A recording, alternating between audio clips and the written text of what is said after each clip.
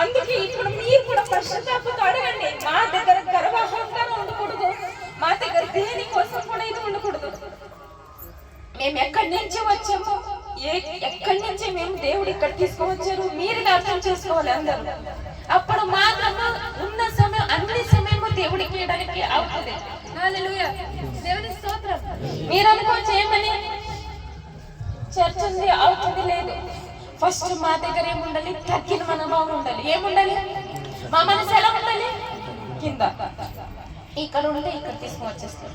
హల్లెలూయా, ఇక్కడ ఉంటే ఇక్కడ తీసుకుని వచ్చేస్తారు.